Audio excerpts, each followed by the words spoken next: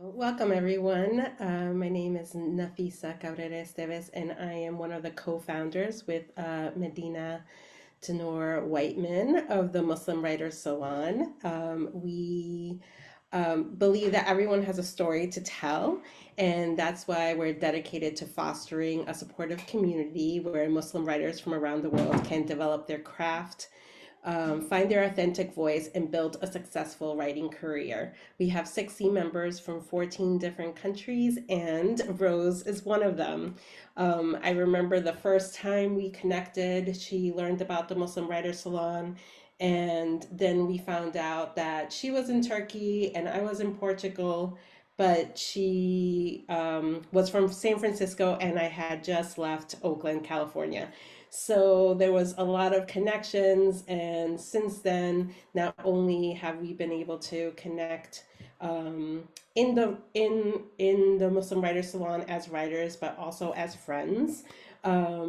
We met in May for the first time in person at our retreat, our first retreat, and we'll have another one coming up next month. We also have our membership is opening, so we will send you more information at the end of this session. And we're really excited to host this book launch. Rose is a very dear member, and we're really proud of the work that she does in the community, but also like this labor that she was doing before we even met her for many years. And we're so glad that we could support her in this book launch. Thank you. Thanks so much, Nafisa. Back to me. This is Medina, in case you have just to put names to the faces to the names. So welcome, everyone. Assalamu alaikum wa rahmatullahi wa barakatuh. It is with great pleasure that we introduce this book, Muslim Prayer in American Public Life, which is out on Oxford University Press. It's currently out in the US or North America. It will be out in Europe in October, I believe. But please do request this in your local library or your local bookstore. This is really, really helpful for writers and for publishers because it helps to show that there's an interest in different places and it will get it out there.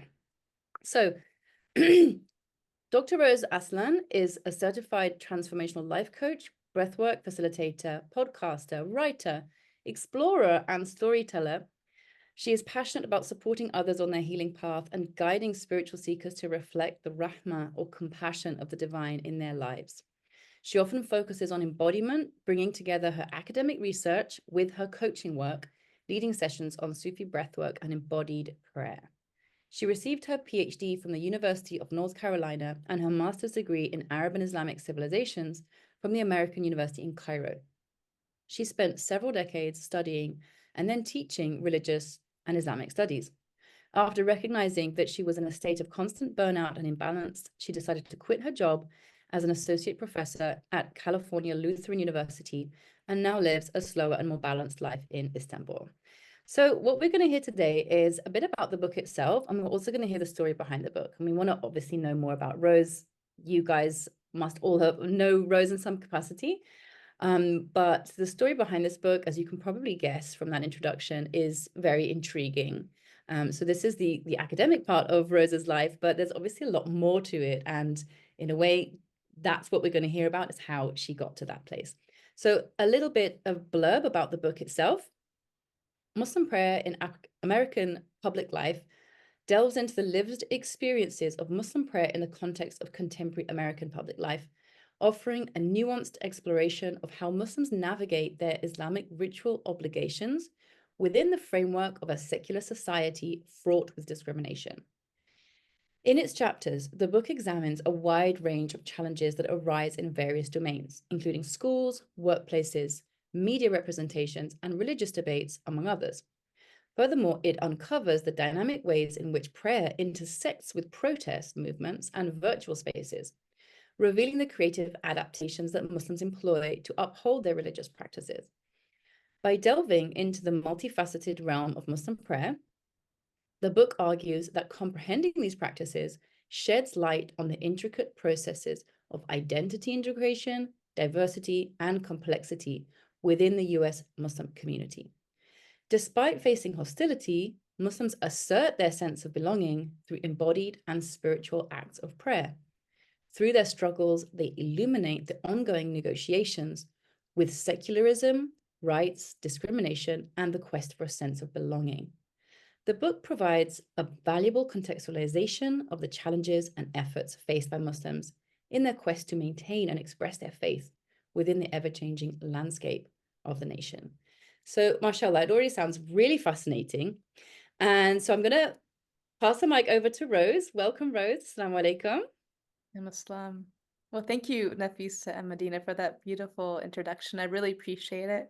And I was telling both of you how much I appreciate being hosted here because, as a former academic who no longer has academic affiliation, if I was still a professor, my university would be making a really big hoo-ha about my book and my cat is my institution here. She's like, now but if I was at an institution, they would be celebrating me and having events. But because I'm not part of an institution by my choice, there's no one to do that for me. So therefore, I really appreciate both of you stepping up to volunteer the Muslim Writers Salon as a place to launch my book basically into the world. And yeah, I really appreciate that because this book is a labor of 6 years.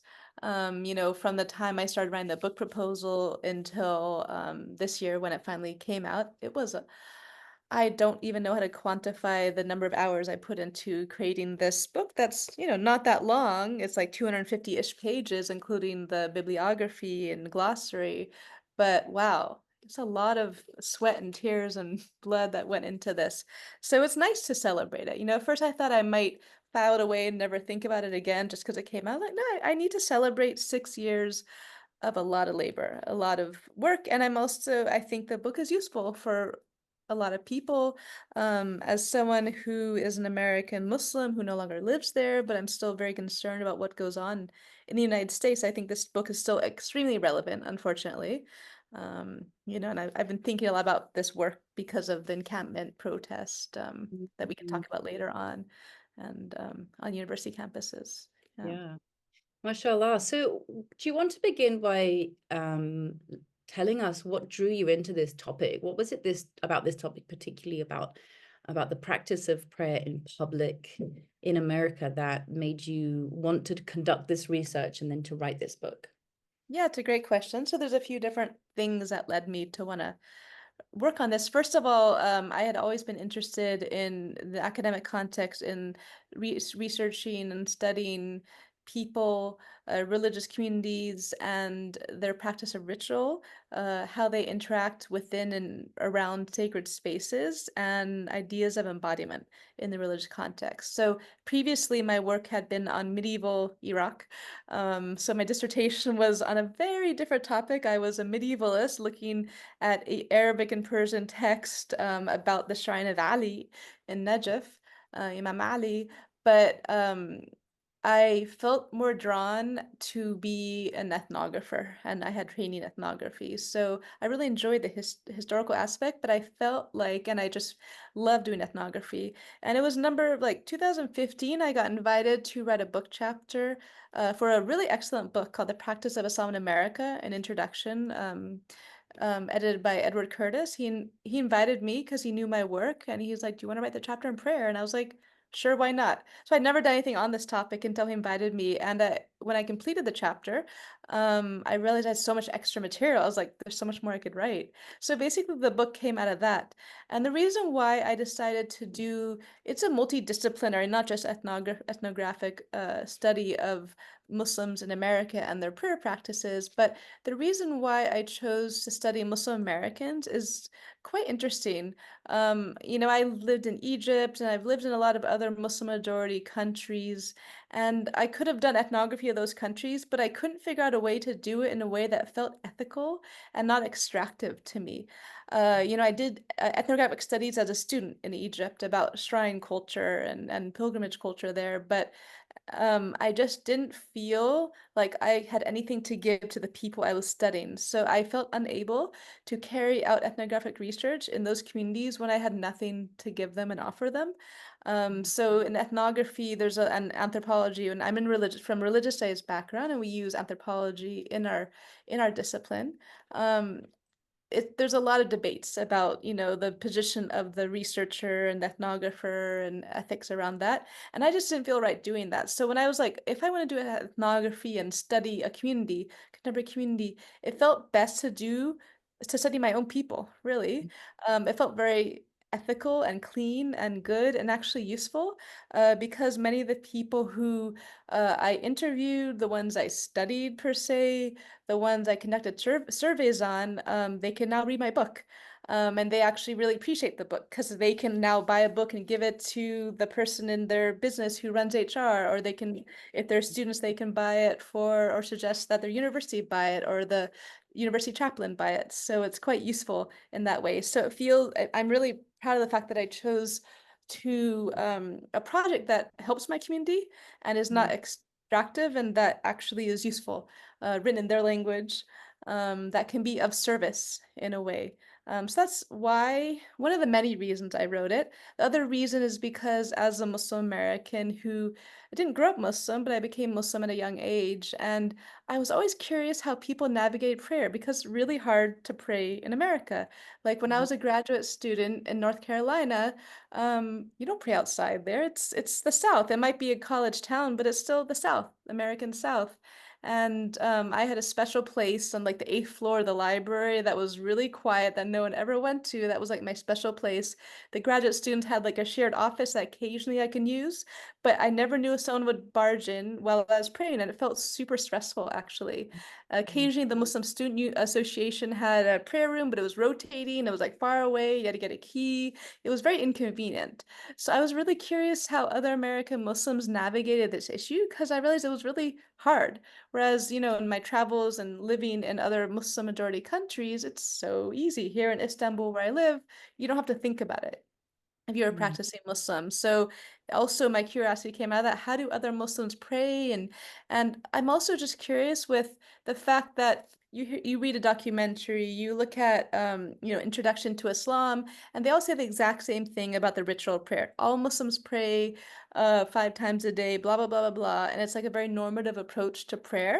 And I was actually curious. Well, I know all Muslims don't pray 5 times a day, and I wanted to get into the nuance and actual practice of Muslims rather than just give the exact same spiel that every single introduction to Muslims give, where it makes it seem like Muslims are these angels who like are perfect and do everything perfectly, which isn't actually true.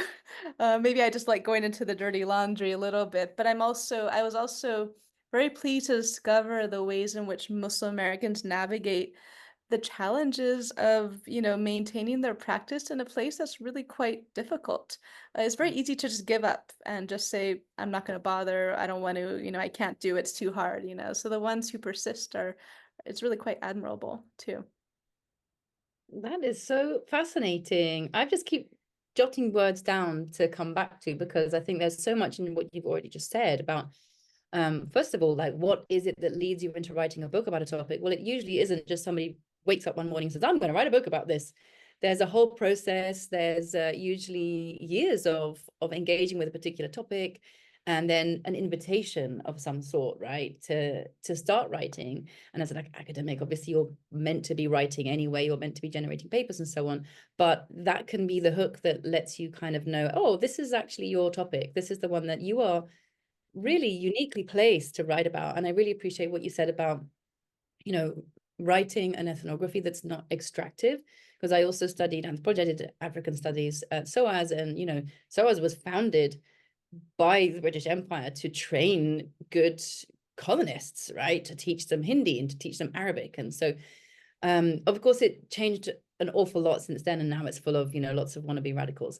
But that's a whole other topic. But yeah, I can hear the whole other topic under that last sentence. It's just hovering in the air right here.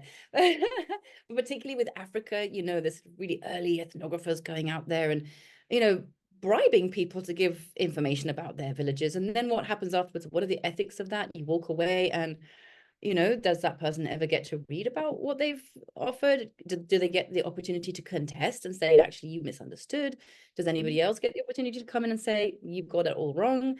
So there's a lot there, just there. And then to be a Muslim in America, of course, is this whole experience within an experience of being a religious minority in a place where officially, not that I haven't been back to the US for 20 years, but officially religion is respected, and yet there is so much hostility towards Islam. There is so much hostility towards Muslims, and these kind of overt practices, and like the whole thing of to be a Muslim and to be expected to just get up and pray anywhere as if that's just the easiest thing in the world. Yeah, like it feels a little bit like gaslighting to just say Muslims pray 5 times a day, there's no problem here. Moving along, I think, well, that really diminishes the experience or erases the experience of challenge that so many people have in that, that's a very glib statement. This is just something that everybody does all the time and nobody has any problems with it. So I really appreciate you. You said, digging in the dirty laundry a little bit. Is it dirty laundry though, or is it just, giving space to the wounds or the challenges that people are experiencing? Yeah, I I think just so. don't sugarcoat things. I think it's important to navigate the hard things, and I think that the Muslims who read it and even just like got a sense of what I'm writing, American Muslims, like thank you for writing it. Like they feel seen in Mm, ways that those normative approaches to Islam, just the basic textbook documentary introduction, just doesn't say anything meaningful whatsoever. It's not about their lived experiences, and I wanted to write about lived experiences, which is how people actually experience yeah, and it makes people religion. feel seen. Yeah. It makes people feel seen and heard, and then it's like this is the lived religion rather than the theoretical religion. Yeah. So this is a topic that I want to get into a little bit more as we go, because you do have a kind of a backstory to this book, right? That you wanted to share, and just from reading your bio, it's clear that like from discussing the embodied experience of prayer from an academic perspective, which is very disembodied, ironically, and very kind of apersonal, impersonal. It's sort of passive voice, and trying to deliberately edit yourself out of the writing, and yet it's impossible to edit yourself out because, of course, you're there, and of course, your lens is there and present. What was it that walk us through that process of writing this academic book and then realizing actually this pathway was not for you? Yeah, great question.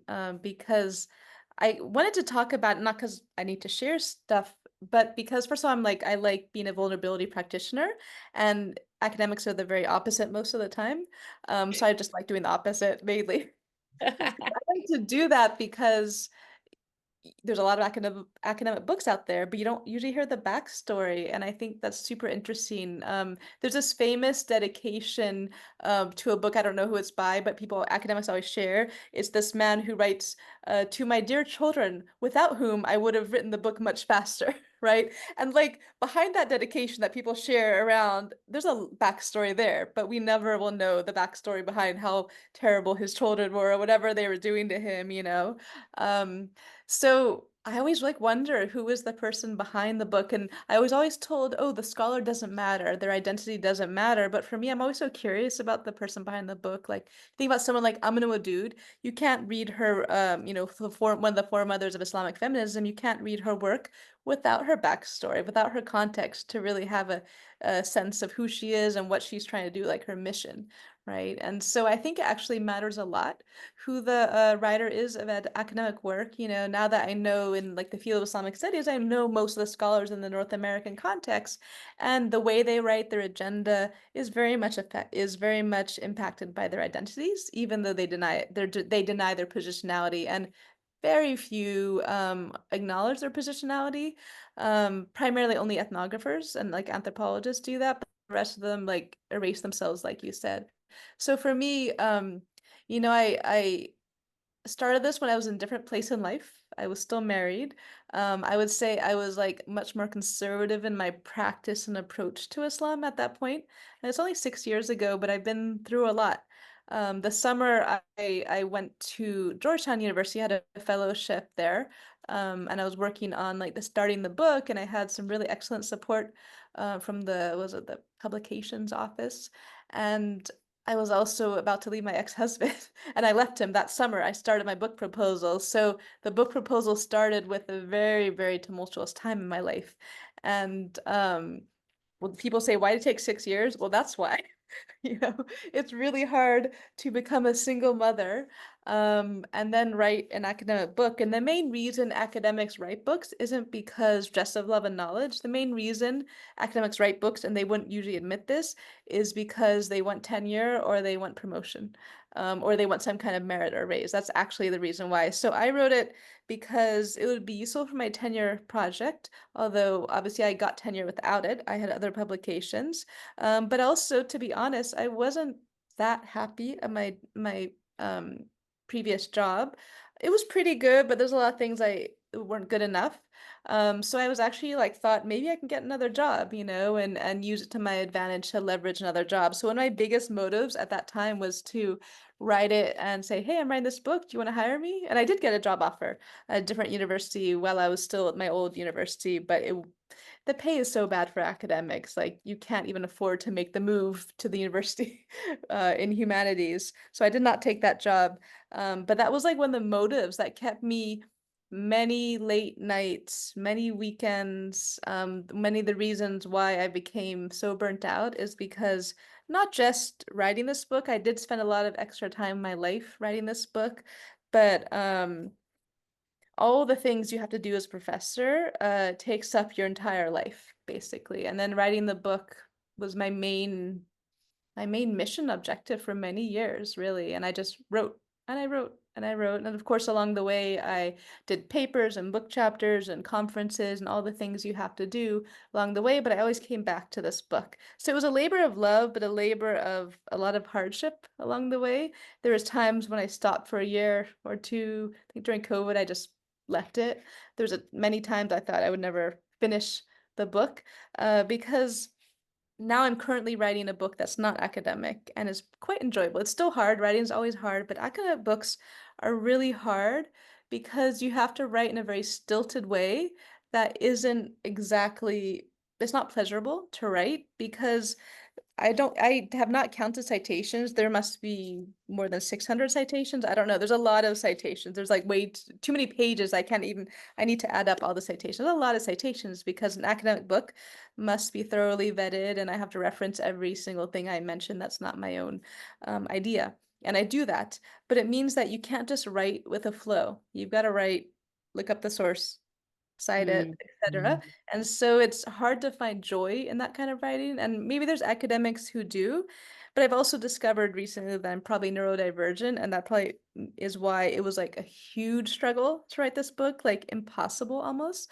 So it's quite a miracle that I finished this book because I think a lot of times I sat down writing the book, but I don't think I was actually writing it. I don't know what I was doing. Going down rabbit holes of learning new stuff about topics somewhat related to it, but probably also not related to the book. So writing this book, you know, I was telling you earlier when I look through the book, there's really long paragraphs, you know, like this is like the length of a paragraph is like here, sometimes they're like whole pages. And the way I write now, I would never write a whole paragraph. Now I write a few sentences at the most in a paragraph, and I find it much more engaging, interesting, and people actually read it more. But to write academically, you have to write that way. If I would rewrite this book now, it would be a complete overhaul. You know, I would want to make it more engaging. I would want more to reach a wider audience, but academic books do not reach wide audiences because of the way they're written, and they're not supposed to reach wide audiences. And I think that's unfortunate because some academic books are very relevant to our times. Yeah, that's a really important point, actually, because the academic, this is sold as an academic trade crossover, right? And this is, I find this very interesting because I'm also writing a book, and the publisher is a university publisher that we haven't signed a contract yet, but they're the ones who are interested, and they said they would market it as an academic trade crossover. So I'm very daunted by all of those citations because, again, like I love getting into that flow and like really visualizing the whole page and the whole chapter and the whole, you know, a bunch of paragraphs and being able to just churn it out or just pour it out. And I don't want to be broken. I don't want to at all. So what I tend to do is I just put little in square brackets, like find ref, find a reference or source, and then I just come back to it later. Imagine I have like a robot assistant. I probably could get ChatGPT to just like find all of those references for me. Oh my Yes. God, that would make academics' That's lives so actually, much. although ChatGPT lies about citations, it's not useful for it makes up Okay. citations. It makes up citations? It does make up citations, yes. Okay, well now word to the wise. Do not use That's the thing ChatGPT. though, Medina, when I sometimes would write notes to myself to go back, or like at the end of the copy editing process, there was like a few unfinished things, but like from 4 years ago. No, let me tell you, never do God that to help yourself. you trying to Never find do that to that. yourself. I was like, I have no idea what I was thinking, what book I was looking at. Like, it was like torture trying to find some citations I hadn't completed. Uh, so make sure you don't wait too long because it is difficult to find them again once your mind has forgotten them after a while. Yeah, I've done that as well. Yeah. And I found something on the internet, just copy pasted it, shoved it in notes because I use Notes app a lot because it's so Yeah. handy, because it syncs. Like I am kind of like, do I really want to stay with Apple? Don't really like any of these companies, but one thing that is keeping me using an iPhone is just for that one purpose, is that I can Mm, put an app in Notes and it'll go yeah. straight to my computer. Sure, there's other ways around that. But what was I going to say? Yeah, I think it's really interesting also the point you make about access to the books, because again, why you have to ask yourself the question, why is the person writing this book? Why is this writer? What is their motivation? Is it to get tenure? Is it because they have to produce something because that's where their career is taking them? Or it's because it's comes from their PhD? Or there are lots of different reasons for academic texts.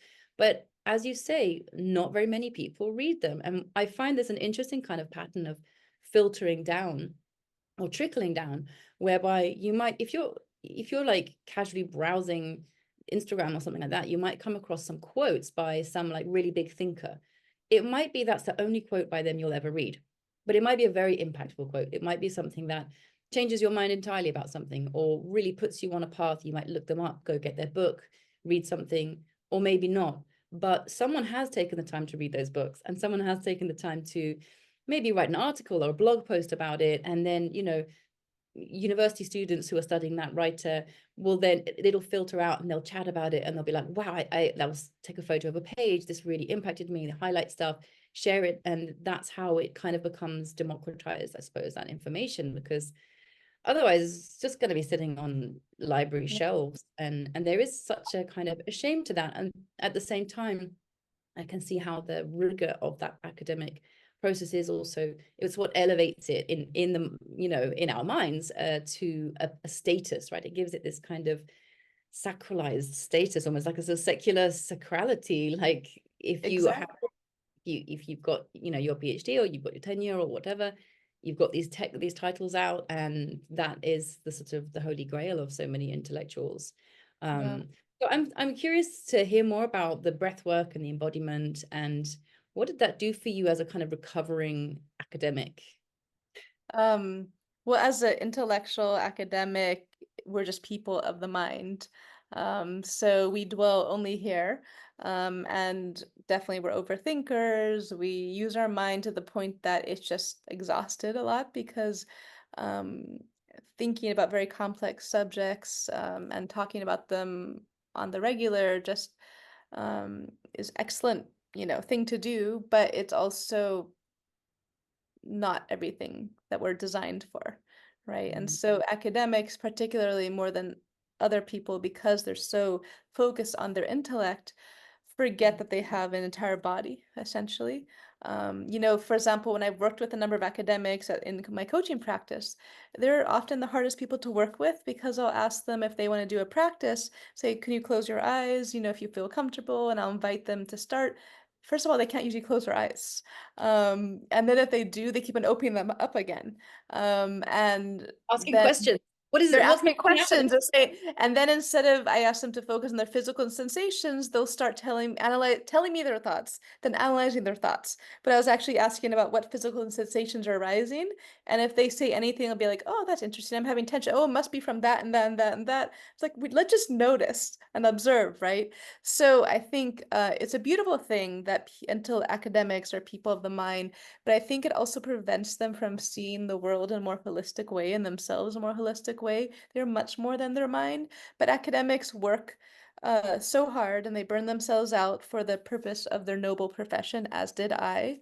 I burnt myself out with this book, you know, in earlier times. And what does it give you? It gives you some books that most people are never going to read, in a bunch of libraries around the world, but doesn't give you much else. Often the top academics, the top intellectuals are often a little bit isolated socially, for example. They're often very disconnected from their bodies. So for me, learning about and dropping down into my body, I like to call it, and just realizing that I need to take care of my entire body and to feel present in my physical body is a beautiful thing that I did not practice very often. Even though I was on a very spiritual path, it was not a healing path. I separated them, even though they're not separate. I separated them at that point. So for me, it's very interesting that I'm writing about prayers, very spiritual practice, in a very non-prayerful way, you can say even. And now I'm kind of correcting that in a way because in a way actually my prayer practice as a Muslim deteriorated throughout the process of writing this book. The more I research Muslim practices in America about prayer, actually I find myself less regularly practicing. But I was also going through many difficult things, going through divorce and having experienced religious and spiritual abuse. So it's not just because of the book, but it's interesting that the book paralleled my grapples and existential crises connected to being Muslim and choosing to be Muslim. So it affected me a lot writing about this and learning about things that are difficult. You know, like you want to think that religion and being Muslim is just so amazing and so perfect. Islam is a perfect religion, but there's a lot of challenges being Muslim. And I was studying and focusing a lot on Islamophobia, on the difficulties Muslims face in just having being visible as Muslims in American society. I was looking at social media posts that were Islamophobic and just so many Islamophobic texts, and it really did something to me. And that's probably why I've spent 4 years now in Istanbul. In a way, I've like forgotten that Islamophobia exists, even though I know it's very unfortunately alive. I mean, look who's running for president in America, right? Again. But it's really hard to write about post 9/11 Muslims in America and Islamophobia. It's very tiring, and so um, that was very hard on my mental health and my emotional health. And so the breath work and mindful practice that I have now definitely helped me in many ways to keep much more balanced and present in ways I never experienced before. That's beautiful. And I think academia aside, and also, I mean, I really appreciate how hard it is to be confronted, to be bearing witness really to a lot of very challenging material. It's very confronting, it's very personal. And so I really admire you for pushing through with this. I think it's an absolute triumph to go through all of the things that you went through in this process. Um, and I also really appreciate your candor in talking about how, you know, while writing about prayer, it made you more distant from it in a way, like, and that is the kind of the academic sort of gaze, isn't it? It's like, it's not me doing it. I'm going to look at it from the outside. So it's always going to have this kind of disembodiment to it. And yet, ironically, the Muslim prayer is so embodied. It is this incredibly physical thing where you literally put your forehead on the ground. It's that there are not many religious practices in which people do this around the world. So it's such an interesting kind of conundrum. Like it's a very ironic kind of experience for you to have gone through it. And I really appreciate it. I haven't read the book yet. It hasn't I haven't had a chance to read it yet, but I'm really looking forward to it. I'm really sorry I haven't mentioned keeping an eye on the chat. Please do put your questions and any comments in the chat, everyone who's watching. Katie says, I also studied anthropology as an undergraduate, then public health with a critical anthropology focus, then a more general doctorate in social sciences with a sociocultural epidemiology focus in Mexico. I didn't come to Islam until much later. Mashallah, so we have a lot of anthropologists in our midst. She also said the book is an amazing conceptualization. I'm really looking forward to reading that. And yes, so to come back to what you were saying about what was it I was saying? You're talking about embodied prayer, because I have things to say about embodied prayer, actually. Yes, please. Yeah, so you know, I mentioned I was struggling with prayer as I was writing this, also just because I was going through like a redefinition and kind of reapproachment towards Islam, and went through a lot of change and difficulty. And what I realized is that the way I had been taught about prayer, and the way many Muslims are taught about prayer, is not embodied at all, despite the practice being incredibly embodied. It's very based on the prayers, like the actual the recitation of the Quran, and the du'as that you say in the prayer. And even though it's a complete embodied practice where every part of your body is engaged in these physical movements in connection in parallel with the recitation of the Quran and prayers or supplications, Muslims don't often, I mean, they formally talk about like the body, like there's the typical script of, this is the only time when our heart is above the head. For Mhm. example, you often hear that kind of thing from Western Muslims, but they don't talk about how to be present Mm. during prayer. And when I speak to many Muslims, they often rush through it, do it mechanically.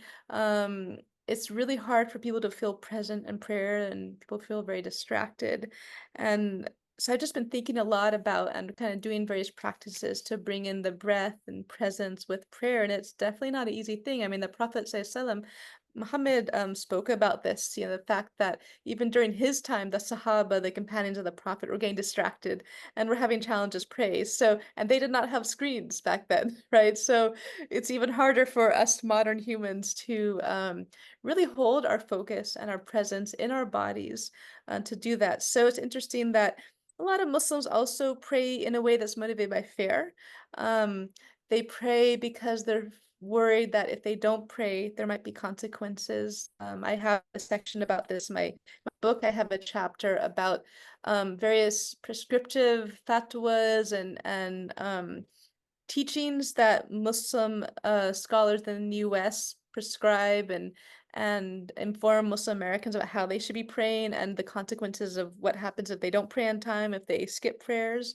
But in reality, um, the best way, I think, as just a Muslim, not as an academic, to pray is because you want to pray. And it's this beautiful gift of 5 times a day to be quiet and present and speak to the divine in a way that scholars don't usually stress.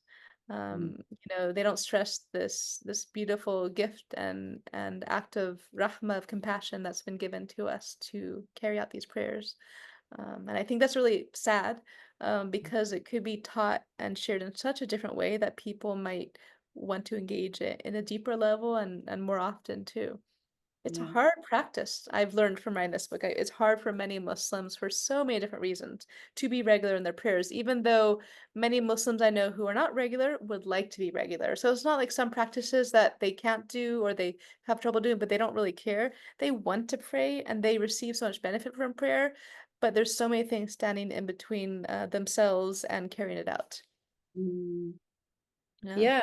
And it's very interesting that you bring up the question of just focus, because I've also found that I tend to do it quite kind of mechanically, not usually on time, just kind of like rush quickly. Oh, Maghrib's coming, just get those prayers in before the sun goes down, kind of thing. But recently over the summer, I started practicing, or I kind of went back to practicing Qigong, which Mm. I'd gone to a class years ago and found it very calming, but I wasn't really kind of conscious of, I didn't really feel very much happening in my body, but I just noticed that I was a lot calmer. And then a friend of mine noticed, she said to me at the beginning of the summer, if I don't do Qigong in the morning, I can't hardly move. So I thought, oh, great, I'll try that. That seems pretty easy. It's easier than having to change into yoga pants or something like that. And then I started realizing that actually the qiyam, that the just standing of prayer is the basic, it's very, very close to the basic standing posture in Qigong. And once I started kind of recuperating that practice, I went to prayer in this completely different way. And I started finding, oh, just standing up. I'm not just standing up, I'm standing up in a present way. I'm Mhm. noticing how upright I am and Yeah. where my arms are and where my, how I'm Mhm. holding my stomach and how my legs are and how my feet are positioned. It became completely fascinating. And I noticed something very different in something very simple like that. But it took me looking at it from a different practice, from a physical mindfulness or sort of energy mindfulness practice, to be able to come back to prayer and look at it Yeah. in that way. which is 100%, 100%. You know, for me, somatic practice and breath work has helped me to realign myself with prayer in a more mindful, beautiful way too. So whatever works, you know, that's my yeah. philosophy. And also, you know, like to think about who's writing about the prayer too. Like, you know, you said that people could describe prayer in a much better way, right? In a way that is much more inviting and much more, you know, engaging, or that people will get be excited about it and find benefit in it. But I don't really feel like many academics have much of motivation to do that, you know, and it was almost the opposite. It's almost like, let's just treat this as a, you know, just some archaic ritual that these believers do. And like they can even speak about it. And I'm sure that your book is completely different in tone, but I was just picked up a book recently. It's a very recent book. I think it's from 2016, about the traces of Al-Andalus. And it's not a Muslim, it's a Spanish guy who's you know, Spanish Christian or non-religious person. And in the prologue, he starts talking about how, you know, he talks about monotheism as an infantile disease. Mhm. And then says, oh, but I have a lot of respect for people who they practice whatever religion they want to. I was like, "Oh, okay, you're prefacing an entire book about going in search of the traces of Al-Andalus with this really, frankly, obnoxious statement about just to sort of position yourself like, oh, I don't believe in all of this rubbish." It's a very, it's very upsetting to have to sort of be in that world where you're having to kind of prove yourself. Oh, I don't have anything to do with this, you know. Mhm. Sorry. Yeah. Not yet, not yet. So a child came in my house, you see, It had to happen. in about half an hour or so. Mine is asleep, so that's why he's already. Wonderful. But talking bridge, that's a very interesting, very apropos moment, because I wanted to bring the conversation around to the topic of prayer as a means of protest, or being used in protest, because it is so sort of visible. It isn't just, you know, closing your eyes and, you know, taking your mind somewhere. It's a very, you know, physical act. And then this issue of focus changes, because when you're being observed, it's very hard to keep your focus, right? Mhm. You know, the purpose of it is to be mindful, to bring your thoughts back to Allah, to be present, to focus on what you're saying and all these different things. But when you know that someone's looking at you, you know, it's Yeah. like spidey sense going off, Yeah. you know. Yeah. So then seeing these, particularly just recently, I mean, this is after the book was written, but obviously this has been a pattern for quite some time in these, you know, Gaza encampments, these solidarity encampments in America, all over the world. Actually, it began in UCL, in fact, in London, but all over the place, to see people praying and being protected by non-Muslims as well, by their, you know, colleagues, their comrades. It was really impactful. It was really very impactful. So I know that you've written about this in this book. Is there anything you want to share Yeah, on that? sure. I bring your attention to this cover because it's Yeah. from an image I didn't take. We got it online, but it's a woman praying at Muslim Day in New York City, and behind it you can see police watching them with the American flag and maybe the New York City, some kind of other flag, right? But I chose this image because, and we blurred them. Actually, they were clear there, but like the idea that Muslims, when they pray, they're always being watched, right? Especially in the United States. Like here, when someone prays, no one really pays attention. But in the US, you have to be very vigilant because people are watching you, right? And so you're right. So to not only pray in public, but to pray in public in protest is a huge deal, right? And I argue in my book that's a very American act. Now, I did Mm. survey various global contexts, and there's quite a few other contexts where Muslims will use prayer as protest. But the Muslim Americans are doing it for particular reasons, right? They, for example, I was writing this during the George Floyd Black Lives Matter protest, right? And I was writing this right after Trump became president, and there was the Muslim ban and so many protests, right? And so there's so many events where Muslims have joined, and they've been in protests that really are very relevant to being Muslim America, like Black Lives Matter or the Muslim ban. So you had images going all over the media of Omar Suleiman praying in like Dallas Fort Worth, Texas airport, for example. Praying at an airport is the scariest thing you could ever do as a Muslim. As we all know, Muslims do not like airports. Why? And it's Palestinian too, like, you Yeah. know. Like, You know, I don't think we really need to go into why Muslims like are a little bit nervous at airports. I think we all know why since 9/11. So to carry out the act of group prayer, right? I think it was right at the baggage claim area in the Dallas airport. That's really scary. You know, like personally, I don't know if I would have joined that prayer. I have joined public prayer, but that's scary to pray in the airport, right? But it's an extreme act of protest because they're saying we're not just going to protest with signs, but we're actually going to carry out prayers which you think is actually connected to terrorism. I have another chapter about the media, about films and TV shows connecting prayer, Muslim prayer with suicide bombings and terrorism and all the music sound, the music that they Allahu play. Akbar. Exactly. Allahu Akbar basically to most Americans means that you better get out of the way because there might be a bomb soon, right? And it's very unfortunate. So that when Muslims pray in public, they know that they're up against those perceptions among anyone who might be watching them. So to do that at an airport, of all places, say Allahu Akbar in a big group of people, I don't think they had permission. Wow. Now that's pretty brave, right? And then to do that in protest for Black Lives Matter, where at times it's quite dangerous, right? The police were quite violent in their reaction to these protests. But for them, a lot of people who were in these protests talk about the act of protest as a sacred practice because Islam is about justice, and so Muslims must engage not only in protecting Muslims and fighting against Islamophobia, but fighting for the rights of anyone who's being oppressed in the United States or anywhere around the world, right? That's so Muslims should be very much practitioners of social justice. So they have that belief as Muslims, but then they have the belief that what about prayer? What if prayer itself could be a form of protest? So instead of just being this individual act of the person connecting and communing with God, it's become a very different practice, right? It's become a practice where praying, it's like, we are here, we are not terrorists. That's always part of the rhetoric in America. We are Americans, right? You better accept us as Americans. We're going to be devout in front of you, and you got to accept us as one of you. And our religion is an American religion. You know, there's all these like things that go along with praying in a protest that Muslims are like sending this message to show like, don't look at us like these terrorists you think you are, but look at us as these people carrying on the legacy of someone like Malcolm X, for example, right? So he's a really important legacy for so many American Muslims, and many of them have been inspired by him to become Muslim because of his social justice work, for example. So praying in public is a scary and brave thing, but to pray in a protest context is a very powerful act. Some people debate, I've seen Muslim Americans debate about this, oh, but because they're being watched, it's really hard to focus. Maybe their prayer's not accepted.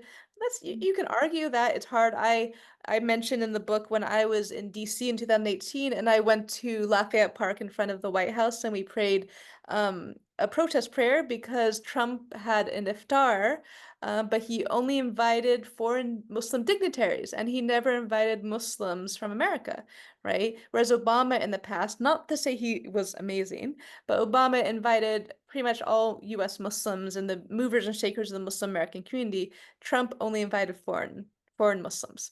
And so I think it was like CARE, Council for American Islamic Relations, organized the protests. And it was one of the first times I prayed in a protest environment. And oof, it felt powerful. It was so strange to pray with many cameras and many, you know, like all the major news stations were there. And my son, he had a sign and he like ended up on the news clip and stuff. He was so excited about that, you know, and it was a very odd experience to be watched in such a close way. Um, but there's a lot of power in that too. And maybe the act itself is a spiritual act that's very different than it's very different than just praying in an individual basis, you know, in a it has many different levels. Yeah. Just like a little Yeah, bit of I talked about that. Yeah. absolutely. I mean, it really makes me sort of think, you know, is the Salah always a kind of a protest? It's always a kind of an act of defiance against dunya. It's an act of Yeah. defiance against shaitan. It's an act of defiance against, you Yeah. know, all of the pharaohs that want to Yeah. make us worship them. And so to do it in that place, yes, it is a very charged. I imagine that was a really electric environment, you know, Yeah. to be doing that with that particular purpose in mind. But it's also a way of saying, look, we're not going to let you take away our focus, and we're not going to allow you guys to sort of insinuate yourself into our ideas of who Yeah. really matters. Like, you are not going to be at the top of our hierarchy of Yeah. respect. You know, like, we can respect you up to a point, and that is frightening for those powers that be, because they do want to occupy. That's my personal position. They want to occupy that place. That's who they think they are. It's the eye on top of the pyramid. Anyway, I'm gonna just read out the comments from Katie Yeah. and more, which was from a few minutes ago when we were talking about the difficulties of praying and maintaining consistency and so on. Katie says, that's my simple conversion story. I've had a lot of problems and existential crises and just knew I needed to pray. I knew Muslims prayed 5 times a day, and it's hard to argue with God about it. And I appreciated the embodied state. But yes, for the majority of Muslims, it's quite different. This made me think of 2 questions. One, what were the demographics of the people you interviewed? And is there a distribution between born Muslims and converts? So do you want to tackle that one?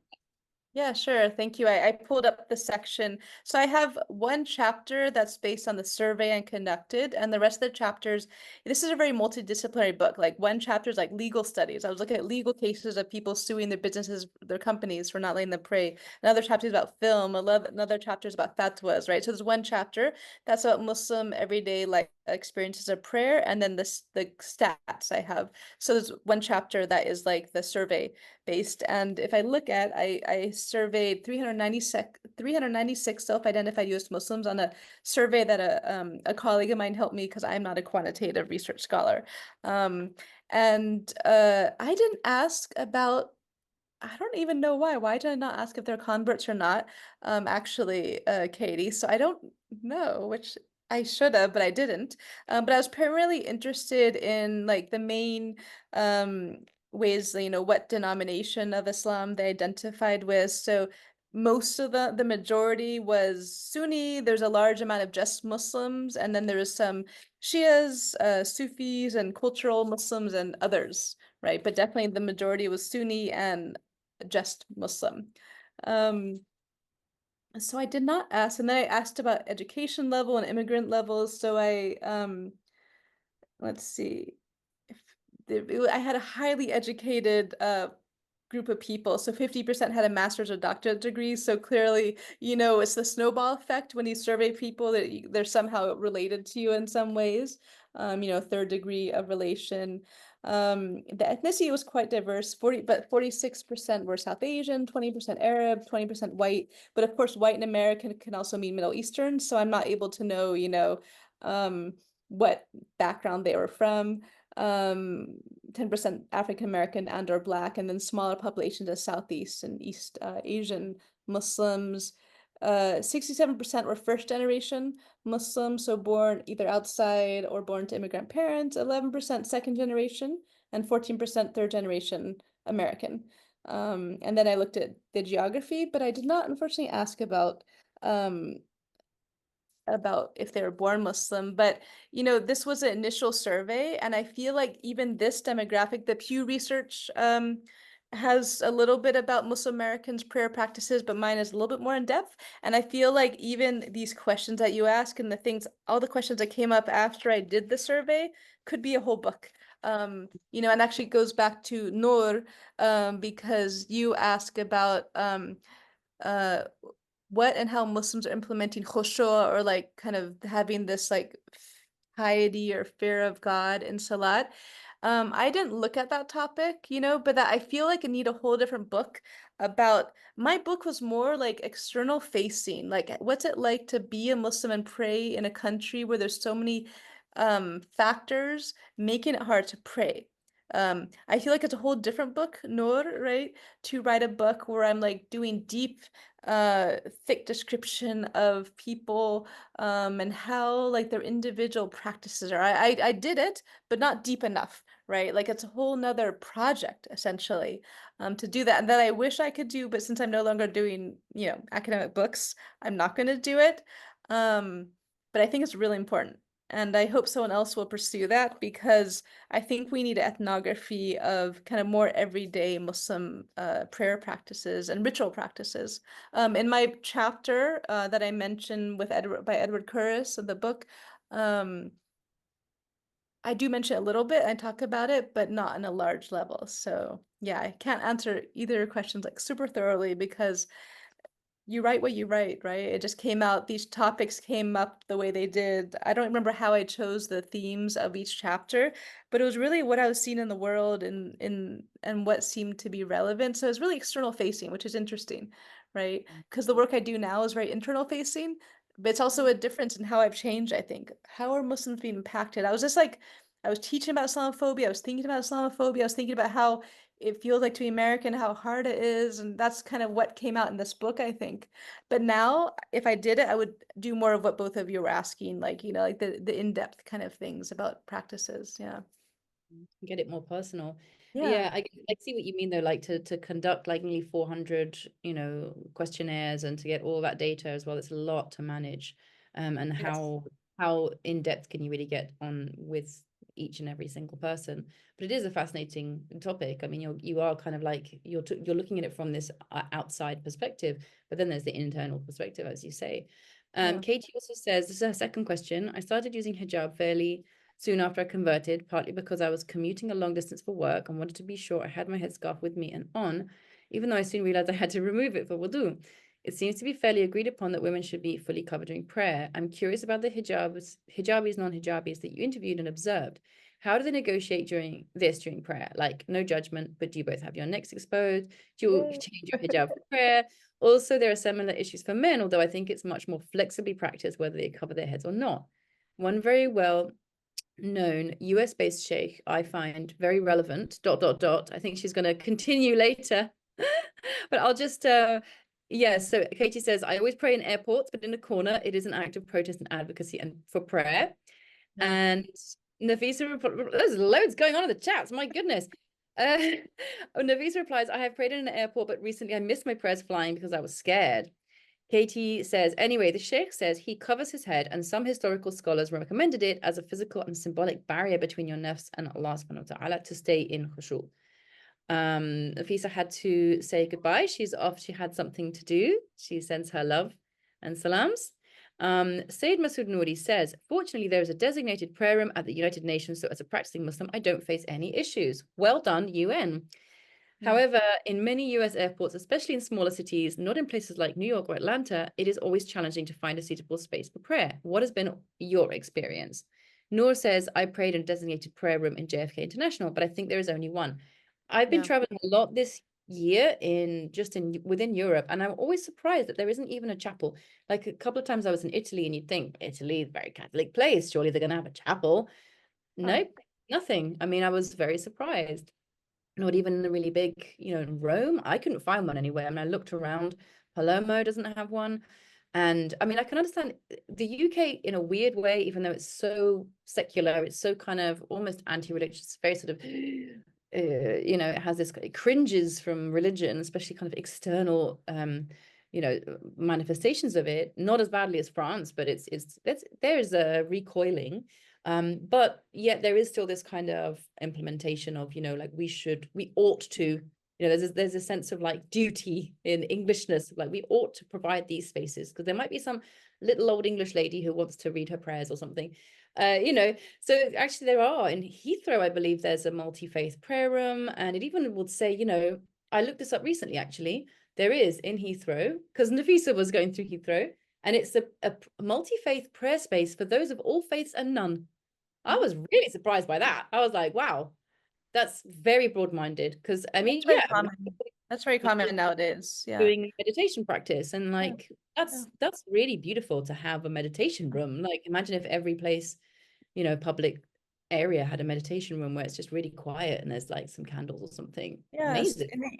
In the US, there's a complicated mixture of availability. I have a chapter about prayer spaces in public schools, universities, which is very interesting and complex depending on the university, and workplaces.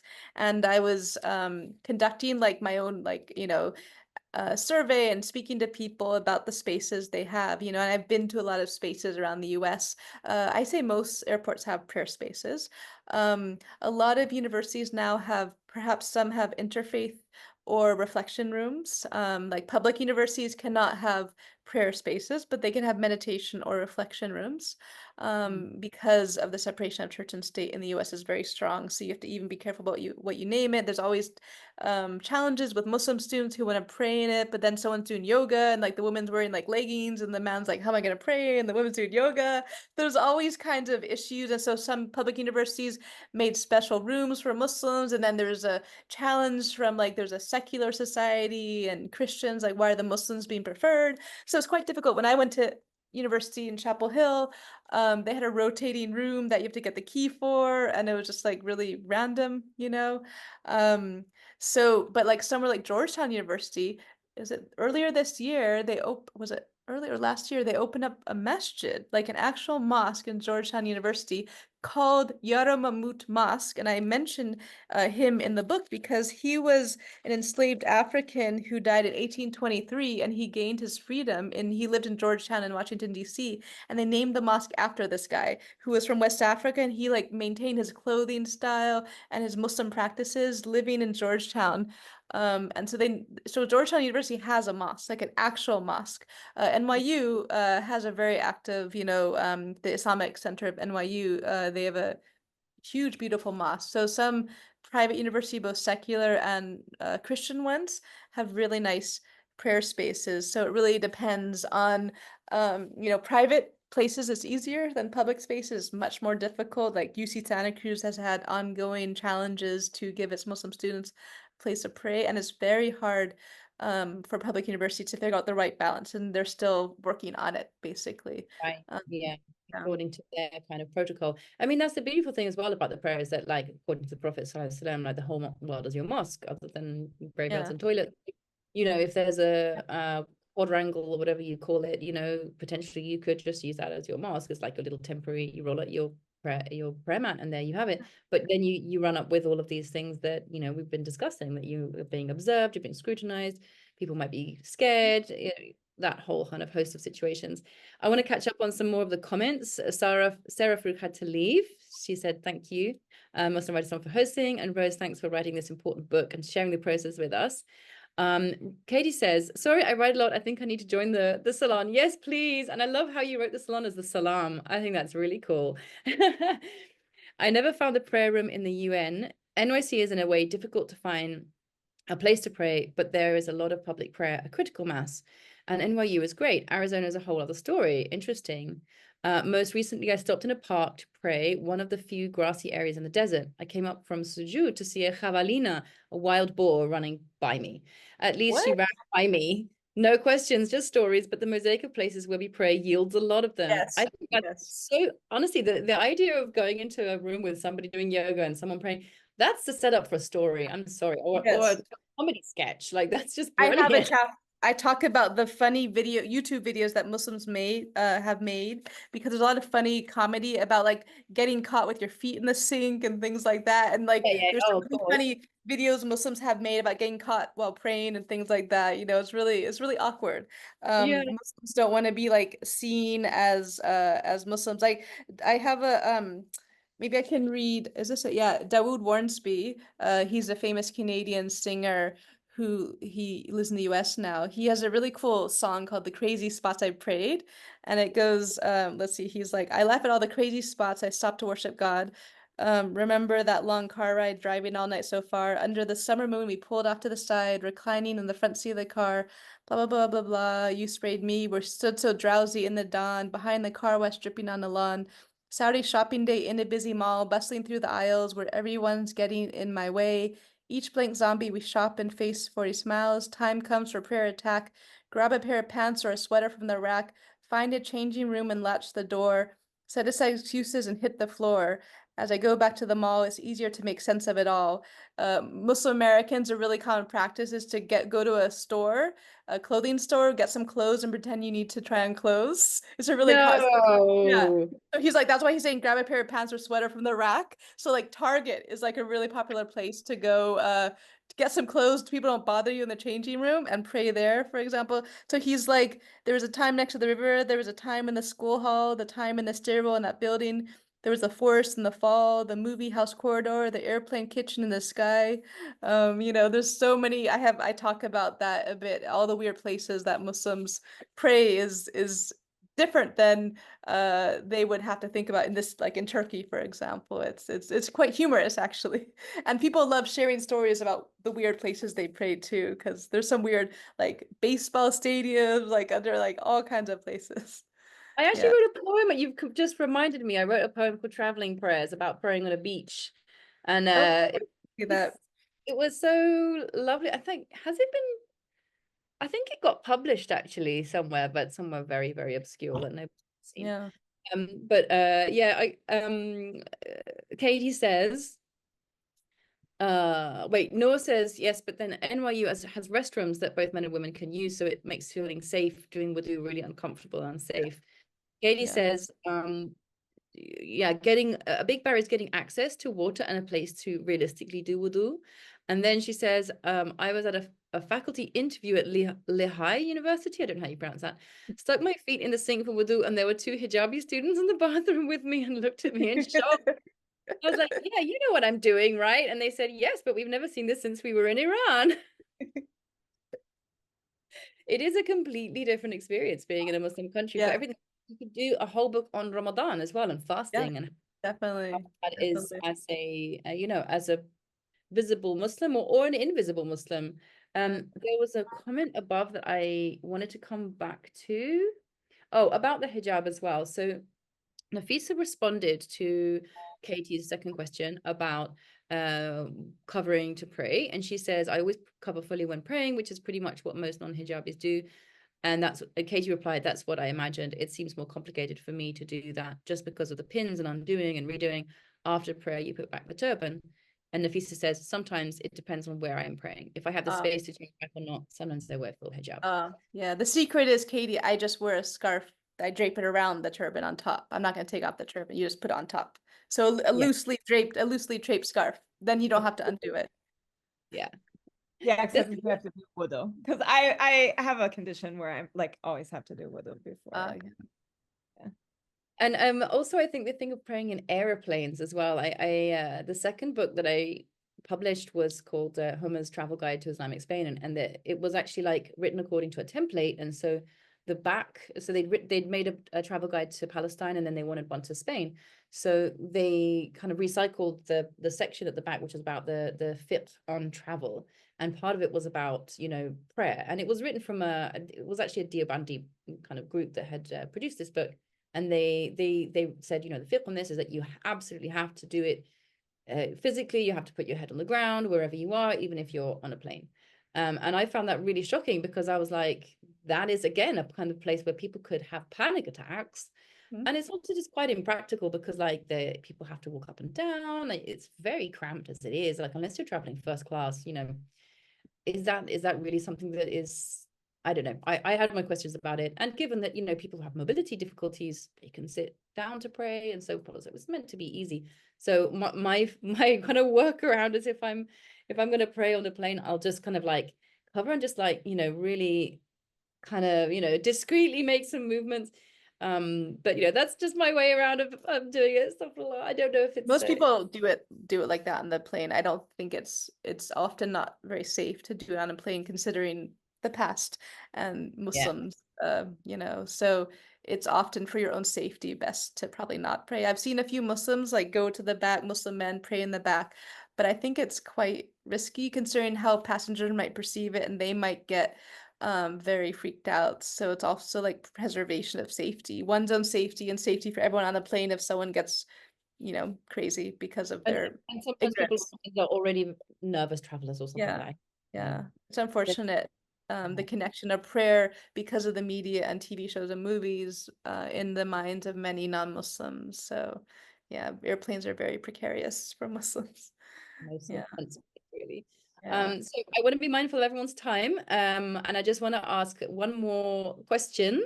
I hope I have covered all the questions from the chat. Thank you so much, everyone, for being very chatty. I like chatty chats on Zoom. It shows how engaging this topic is. So what advice would you have to somebody who wants to write a book? I know you are writing another book. Academic Tell us about that as or well. yeah, academic or regular book. Well, whichever one. I mean, the academic one, Yeah. we've gone through that pathway a little bit, but you Yeah. are right. book. So maybe you I want to talk. think that even academics, if they want to write a book, if I was still in that world, I would, especially because I'd still be a tenured professor, I would completely write whatever I wanted, you know.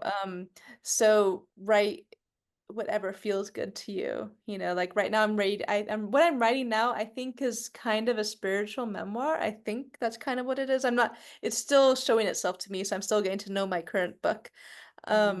So I think in terms of writing, I think I've learned from my mistake of allowing the process to eat me up and to take away a lot of my joy. And it was a very unpleasant process, to be perfectly honest. The current book is much nicer experience, I must say, because I'm writing from my heart. I'm writing whatever feels real and truthful to me. And that feels the best. I think a lot of us write because we have something within us that needs to come out. I'm a lover of Big Magic by Liz Gilbert, and she talks about the fact that like books or like pieces of art come at us, and if we are receptive, we have to like grab onto it and see what it is and work with it and let it come out, like it's chosen us, whatever the topic is, right? And it happens in academic context, but for non-academic books, I think just to allow it to show itself to us and take us on journeys that we have no idea where it will end up, but to make it a joyful process. It feels like a very healing process, very cathartic process, the book I'm writing now, in contrast to this book, which is very useful, informative, beneficial, but isn't going to be the same as the book I'm writing now in any way, you know. It's so wonderful to see this, the contrast, and to see Yeah. how differently you can speak about writing, like having written that book, which took so much out of you, to then to be able to say, no, I'm going to do things differently this time, and I'm going to write it my way, and I'm going to write it in a way that is going to heal the damage that one did. And it is Yeah. going to show this whole side of like a fuller side of who you are, Yeah. which is, I think, is a wonderful thing, because you're a wonderful person. Thank you so much. It's Yeah. been absolute joy and so engaging. This has been such a brilliant discussion. I really hope and pray that this book does really, really well and reaches loads of people and is of great benefit and service to so many people, whether it's in libraries and people's houses, for university chaplains and whoever it is who needs it. And I wish you so much magic of all the best kind for the book that you're writing now. We can't wait to read it, inshallah. Thank you so much for joining us, everybody. And we will be reopening the Muslim Writers Salon memberships on October 1st. So do follow us on Instagram, or you can subscribe to our newsletter through Substack, muslimwritersalon.substack.com, and keep up with all of our news. And that's about all. Thank you so much, everybody. Thank you so much. Appreciate it. Take care. Assalamu alaikum, everyone. Thanks so much for joining us.